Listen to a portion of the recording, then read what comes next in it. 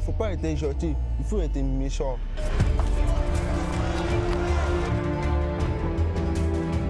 Alors Modibo c'est particulier. Au moment où d'habitude je dis à un combattant défends-toi, là Modibo si je lui dis il l'entend pas. Toi tu connais bien la solitude. Ouais. T'as été beaucoup seul. Et je pense qu'il peut aller très loin. Et il a encore beaucoup de choses à apprendre. Ce soir, c'est à la guerre. Modibo, Silent King, Diakité.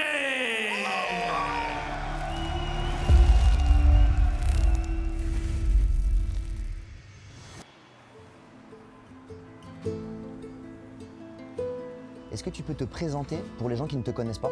Moi, je m'appelle Modibo, de famille.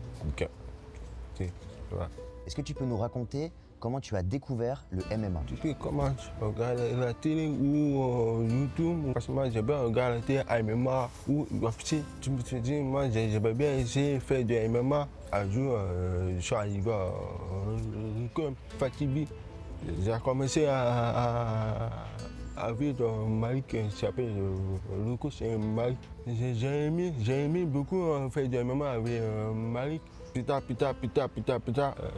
ça m'adore. Voilà. Je l'ai pris en charge comme j'aurais pris n'importe quel combattant au début. On m'a parlé de son handicap, mais Modibo il est arrivé, il avait 16-17 ans. Et c'était surtout un jeune qui voulait se tester à de nouvelles choses. Donc moi, mon rôle en tant que coach, c'était de lui permettre de découvrir la discipline dans les meilleures conditions. Et puis depuis, il est toujours là et il a beaucoup évolué. Alors Malik, comment se passe l'arrivée là? Plutôt bien, c'est la deuxième fois qu'on est en Fight Week là pour la race, donc c'est top. On a eu des difficultés à trouver la taille de short de Modibo parce qu'il a une taille fine, mais sinon ça va. Tu aimes bien ça? Les photos et tout? Ouais, j'aime bien, ouais. C'est la vie d'artiste.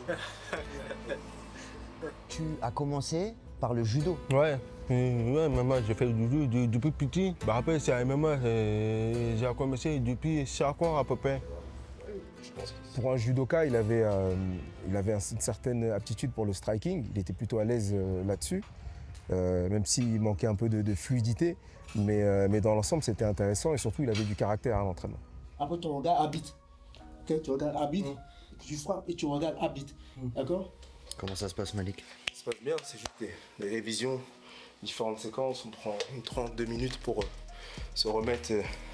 On est toujours dans l'hypothèse de ce qui va se passer. Mais plus on répète les situations et plus on est prêt à réagir quand ça arrive. Est-ce que tu as eu des difficultés en arrivant dans le club de MMA en tant que malentendant? Au début, c'est difficile de trouver le club Fatibi. Et quand je suis arrivé au premier jour, tout va bien, on t'entend bien. C'est direct. Est-ce qu'il y en a, ils allaient doucement avec toi parce qu'ils se disaient comme il entend mal, je vais doucement. Au début, oui, c'est chaud. C'est chaud. Et même si c'est chaud, eux, ils pensent à forcément du soir du temps. Du coup, eux, ils essayent de faire doucement. Non, je ne veux pas ça. Moi, je vais comme les autres. Même si je suis auditeur, mais ça va. Tu leur dis? Ouais, c'est ça. Maman, je leur ai dit, hey, regarde, il ne faut pas être gentil, il faut être méchant. Après, eux, ils disaient, ok. Après, voilà, boum. Bon, ça va? Tu as mis le coup? Tu vas la toucher pour de vrai. Il a mis quoi, le coup? Ouais. Malik, je t'ai entendu dire bonus 10 000. Ouais, faut se rappeler d'une chose, c'est que en plus d'être un sport intense, un sport où on a des vrais athlètes, ça reste aussi un petit sport spectacle et apporter cette petite touche aussi de technique spectaculaire, ça peut être bénéfique sur plein de plans. Tu penses que c'est possible ce soir? Il y a un chemin là-dessus, on va voir. En tout cas, on ne se prive pas de cette possibilité.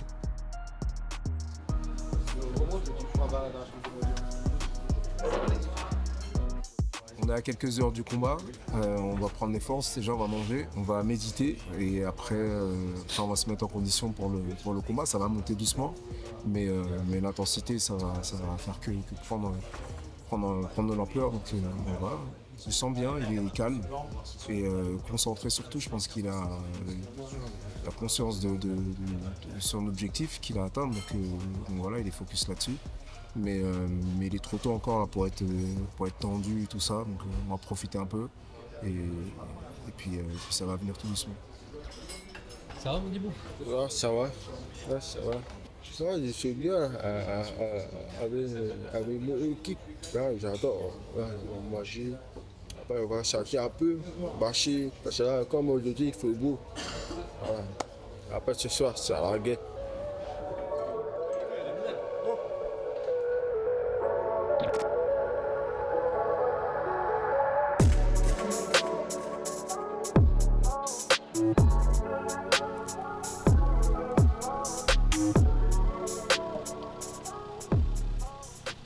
Moi, je suis né sous.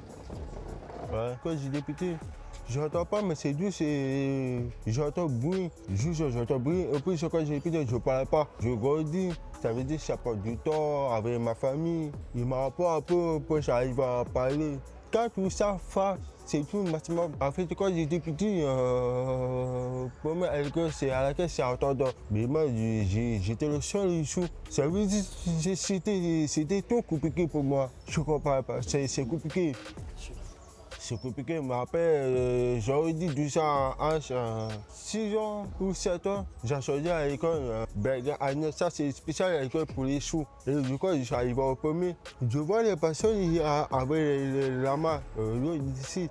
Là, ça commence à découvrir. Après, c'est enfin, c'est ça, je veux plus essayer d'adapter pour moi. Parce qu'au début, j'étais pas à l'aise, mais après, là, j'ai commencé à l'aise. Parce qu'avec les En tant que malentendant, en dehors de la cage, dans la vie, quels sont les problèmes que tu rencontres? Oui, il y a beaucoup. Il y a beaucoup. Je ne calcule pas. Tu peux m'expliquer, me donner des exemples? Par exemple, quand j'ai débuté à l'école avec l'entendant, oui, ils me laissaient tout seul. Toujours, moi, je reste sur l'hôpital ou quoi. C'est pas, je me sens pas à l'aise. Il y a beaucoup, ils sont morts de moi ou n'importe. Depuis ça, il y a beaucoup. Qu'est-ce que tu voulais voir? Bon, Ouais, c'est bon pour moi. est-ce qu'il a des questions?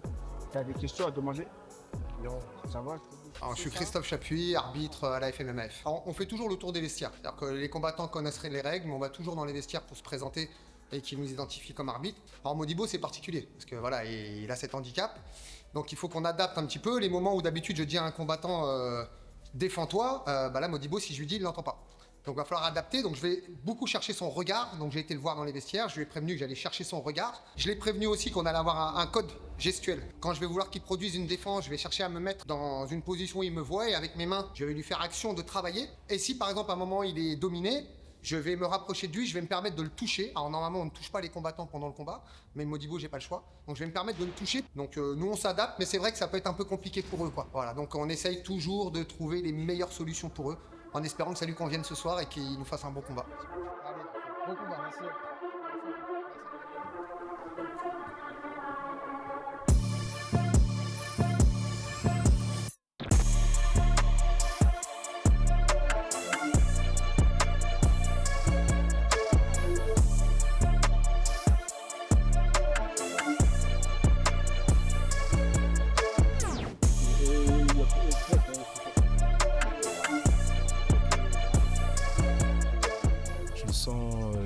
Pressé, excité à l'idée d'aller combattre. On a 1 heure de combat là, donc c'est normal que ça monte, que la tension elle monte.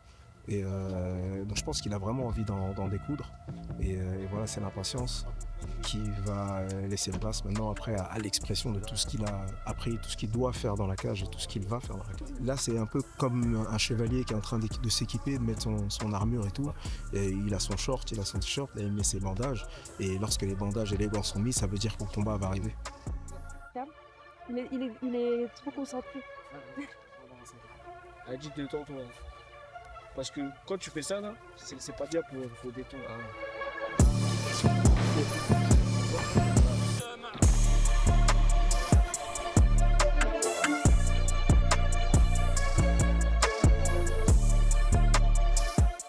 Moi, c'est Samba Sima, je suis un partenaire d'entraînement de Modibo. Je suis combattant de MMA aussi et aujourd'hui, je suis son coach, accompagné de Benoît et de Seb. On est à 45 minutes à peu près de son combat. Et là, Modibo, il est prêt. Franchement, on a hâte de mettre en place ce qui a été préparé à l'entraînement. Et voilà. Physiquement, il est bien, mentalement, il est bien.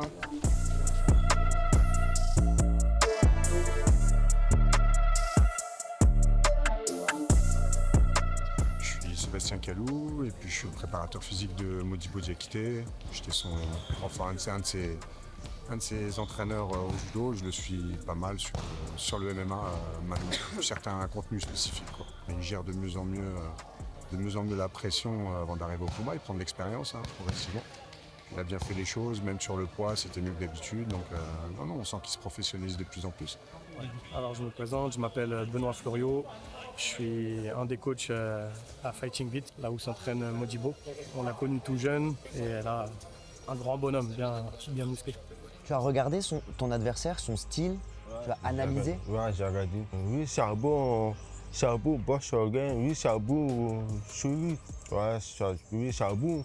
Yes, my name is Adilson. I'm 34 years old. I'm born in Angola, but I live in Portugal.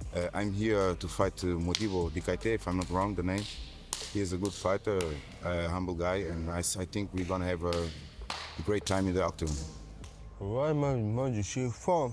Tu sais, moi je vais chercher à finir.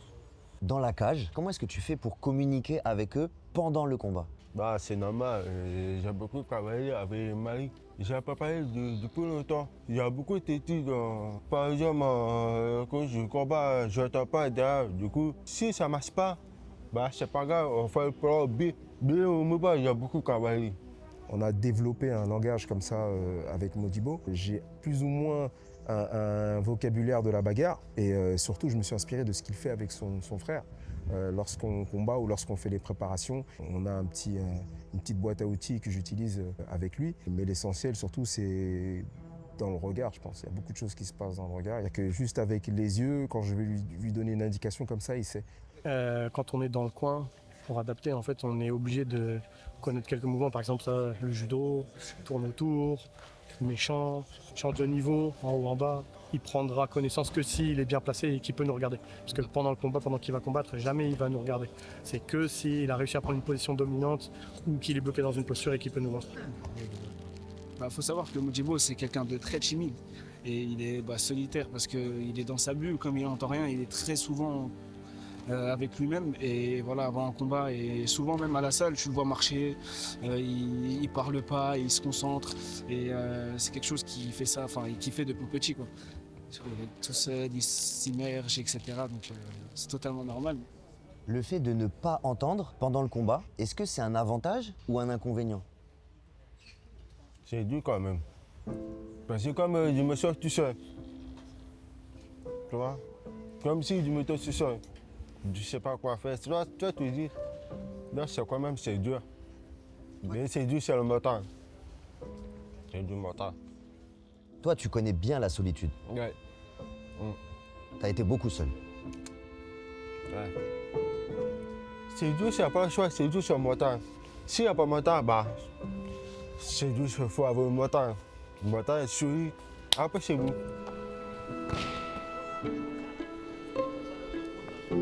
Modibo, c'est quelqu'un, comme il le disait, il s'est souvent retrouvé seul. Il a des piliers, notamment sa famille, son grand frère. Il m'a adopté aussi en tant que coach, grand frère, dans sa vie qu'il a. Et du coup, il m'a accordé cette confiance-là. Mais en grandissant, il s'est construit vraiment un entourage très solide, des amis qui sont là pour lui. Modibo, quand il combat, c'est toujours beaucoup de gens qui se déplacent pour revenir le voir, peu importe où c'est.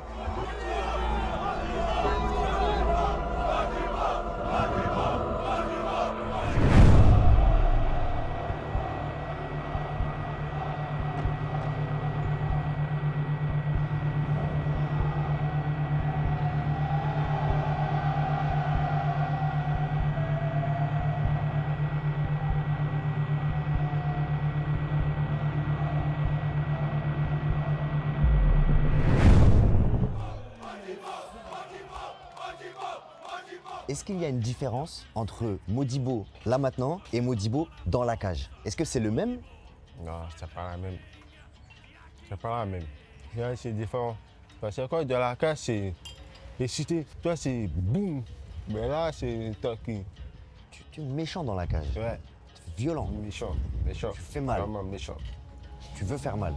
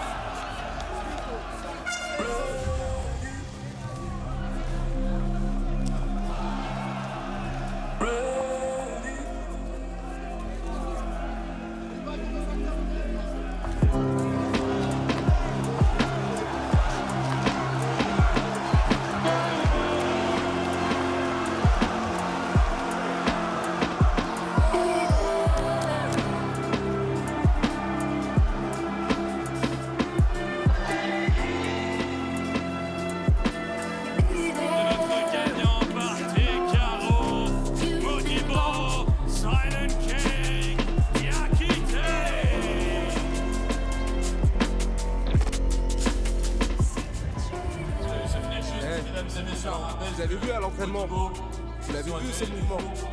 C'est tout, c'est la répétition, c'est la répétition.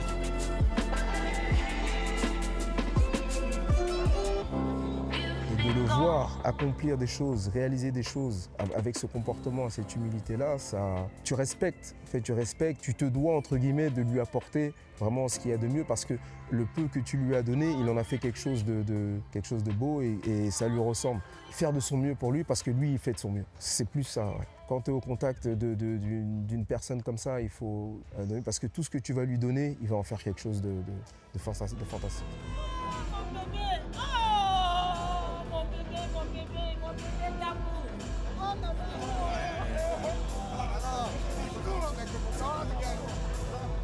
Resté concentré, perfect, il a mis un perfect. Ouais. Il est resté concentré. Je t'ai dit l'autre il fait que ça.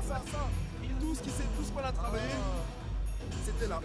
Et le 1, 2 sort. Je suis tellement pris la tête avec ça. Ouais, soulagé, enfin. Beaucoup de stress au début, là ça y est enfin.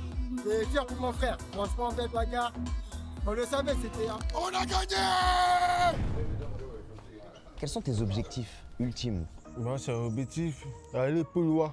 Ou la statue, plus loin, encore plus loin, plus loin. Ben, on va voir d'abord ce travail. On va voir de ça à la fin. Et là, c'est le début. Modibo, pour moi, il peut devenir l'un des meilleurs combattants français au même titre qu'un Morgan Charrière, qu'un William Gomis, dans son style, dans son travail, avec sa personnalité, avec sa manière de combattre. Et je pense qu'il peut aller très loin. Et il a encore beaucoup de choses à apprendre. Modibo, il a des scénarios, il prépare des scénarios, il a respecté le scénario.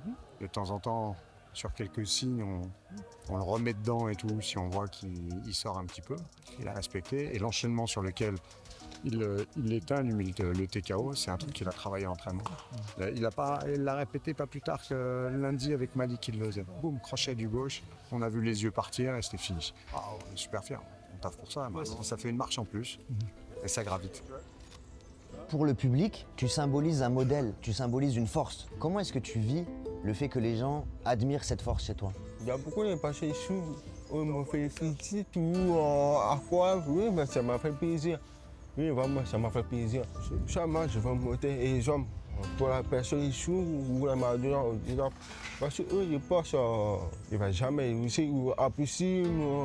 Non, c'est tout est possible. Regarde, par exemple, je suis en Italie, mais tout est possible. Par exemple, là, je suis pour de MMA. J'espère que ça doit élever pour les sous. Voilà. Parce qu'il y a beaucoup de personnes, toute famille, ça, c'est pas bon. Il faut essayer ouvert. Fais que tu veux. Si tu as envie de faire ça, bah fais. Il ne faut pas avoir peur ou timide ou à cause de les gens qui tirent. les gars, juste il faut essayer de faire confiance en toi. Si tu as envie de faire quelque chose, fais quelque chose. Ouais, je suis vraiment content, mais c'est le début, c'est le cadre. Parce que moi, je vais aller voir. On va voir le bon chat. C'est le cadre, c'est normal. Pourquoi? Parce que moi, j'ai beaucoup de cadre pour ça. Donc, c'est le début. Je suis vraiment content pour ça. Il n'y a pas touché à rien. Je mets plus ça à date. Donc, je suis vraiment content. Est-ce que tu peux guérir? Moi, je pas fait, je suis né comme ça, naturel. Moi, je pas mettre l'obligé de mon corps. C'est pas naturel. Je pas fait, je suis né. C'est comme ça. Tu pourrais guérir, mais tu as dit non. Voilà. Tu refuses. Ah, maman, j'ai refusé. Moi, j'ai fait ça, j'ai pas. Parce que moi, je peux pas faire du sol naturel. Parce que je suis né, je suis chou. C'est comme ça. Comme ça. Moi, je ne veux pas écrire avec obligé, tout ça. Ça, c'est comme si c'est faux. C'est pas rien. C'est pas rien. Tu crois en Dieu? Ouais, bien sûr, je crois en Dieu, bien sûr. Ouais. Il est avec toi? Ouais. Merci beaucoup. Yo. Merci beaucoup.